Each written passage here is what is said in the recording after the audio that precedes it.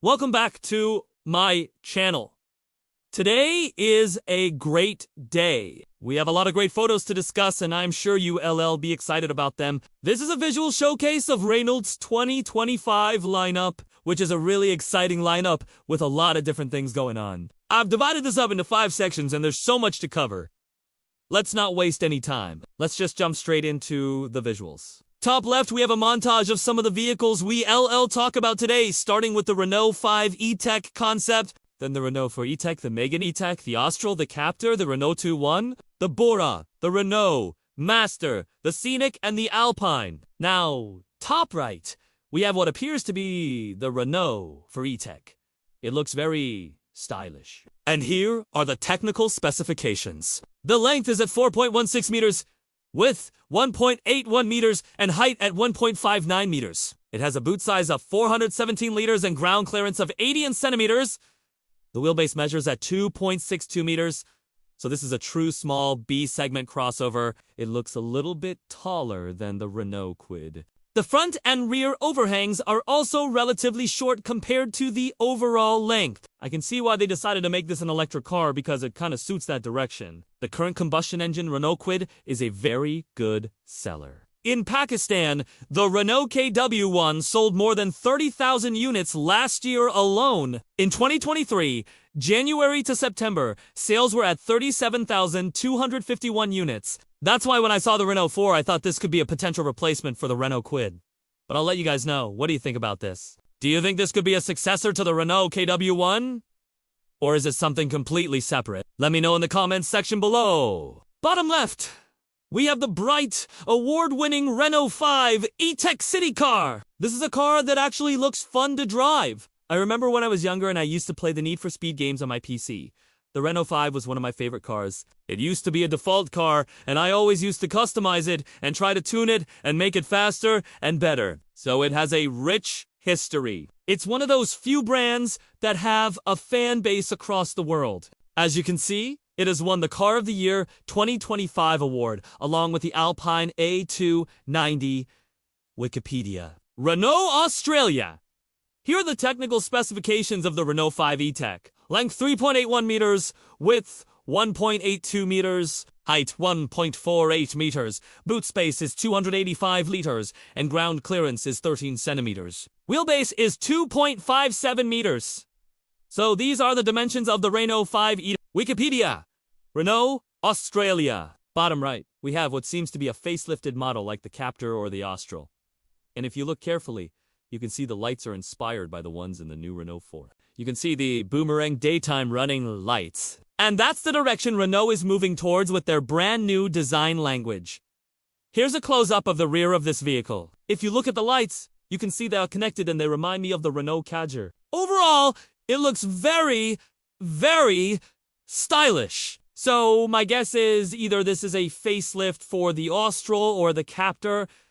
So let's move on to the next slide. We'll start with the Renault Megane E-Tech. And you can see it says early 2025, which means this is a preview of what's to come. This is going to be the electric version of the Renault Megane hatchback. Now, Renault already sells the E-Tech version of the Megane as a sedan in some countries, but that uses an internal combustion engine along with 2 electric motors.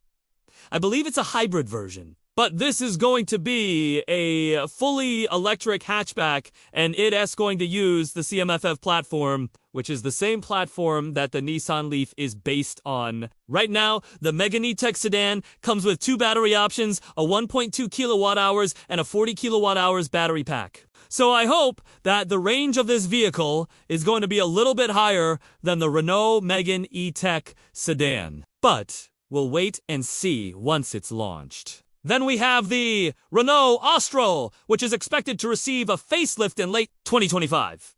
And this is going to be the second facelift for the Renault Austral. It debuted in September of 2021.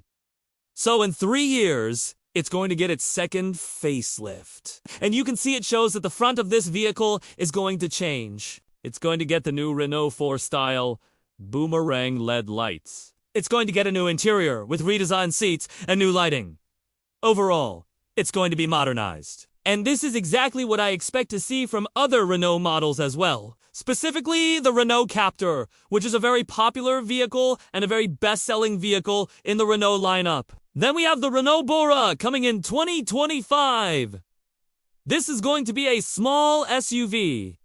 It's going to target Latin America, the Middle East, and a few other key markets, and the name itself reminds me of the old Renault for just the way they have kept the essence of the old model alive in the new Renault for, which is an EV. I think they're doing the same thing here. They want to bring back a classic name, modernize it, and give it to a new generation audience. And this is going to be based on the CMF-B-LS platform, so it's going to offer two turbo Petra engines, one producing 138 horsepower and the other one is going to produce 163 horsepower. Next slide, we have the facelifted Kiger for India. This is going to be launched in mid-2025.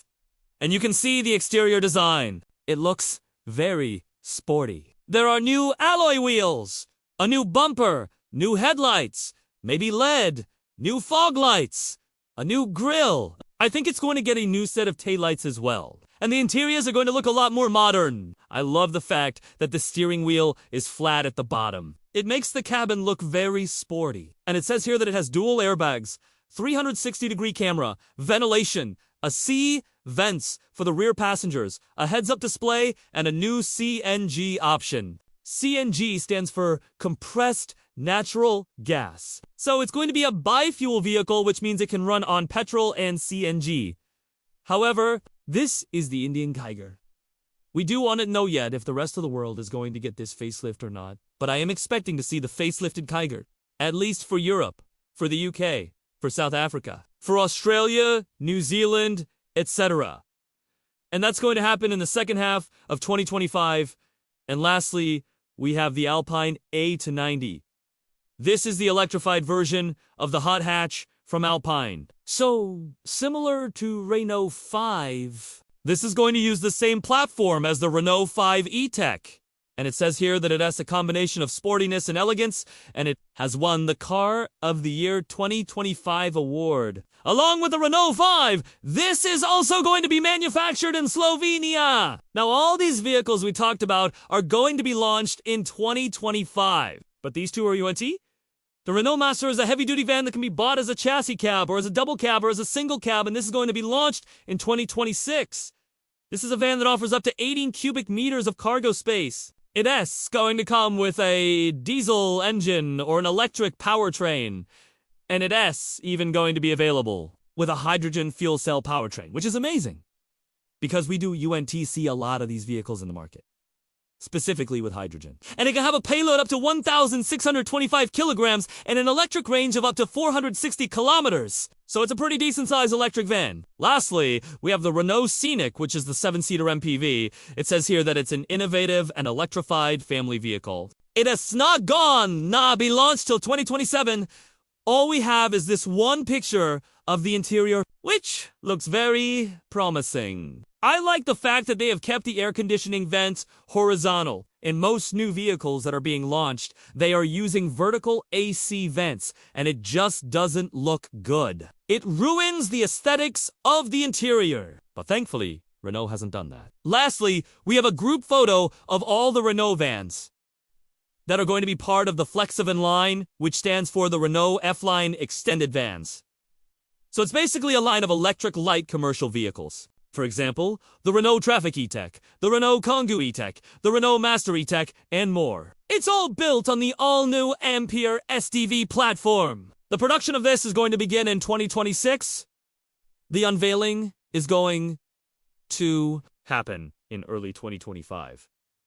That was the entire 2025 lineup for Renault. If you want to tailor the script, let me know in the comments section below. I can add prices for Pakistan or translate it into Urdu, or make it shorter, or go deeper into any specific model. Let me know what you think about Renault's 2025 lineup. Are they going in the right direction? Is this going to be a successful year for them? Drop your thoughts in the comments below.